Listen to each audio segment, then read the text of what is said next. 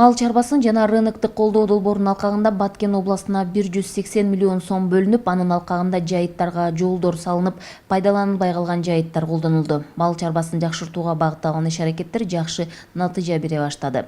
Бүгүнкү күндө мал чарбачылыгында жайыт комитеттеринде жакшы алыктуу иштер жүрүп жатат. Кыргызда мындай сөз бар да, көч бара-бара түзүлөт деген. Анан ошонун саңарындай мурдагы аткарылган иштерде кемчиликтер болсо, мындан ары ошол жакшы дагы кошумча иштер менен ошол долбоорлор ишке ашат деген ойдомун. Ошол долбоордун жетекчилигине, ошол долбоордун кызматкерлерине, ошону ишке ашырган Айыл чарба министрлигине чоң ыраазычылык билдирем.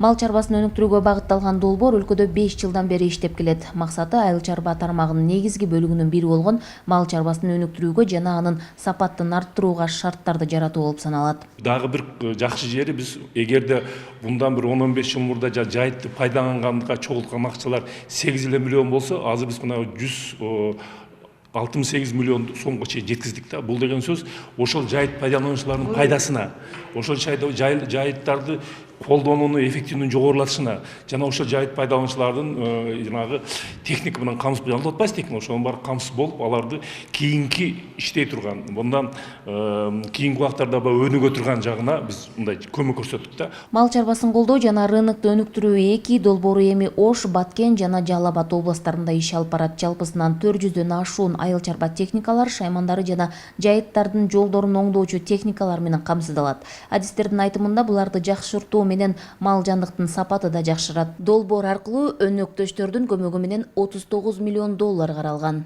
Экинчи проекттин негизинде дагы ошол 39,5 миллион доллар бөлүнгөн. Ошол 39,5 миллион доллардын 11 миллион доллары ошол ИФАД бизди финансировать этип берген. 11 миллионду болсо ошол трастовый деп айтылат, ошо трастовый фонддон кеткен.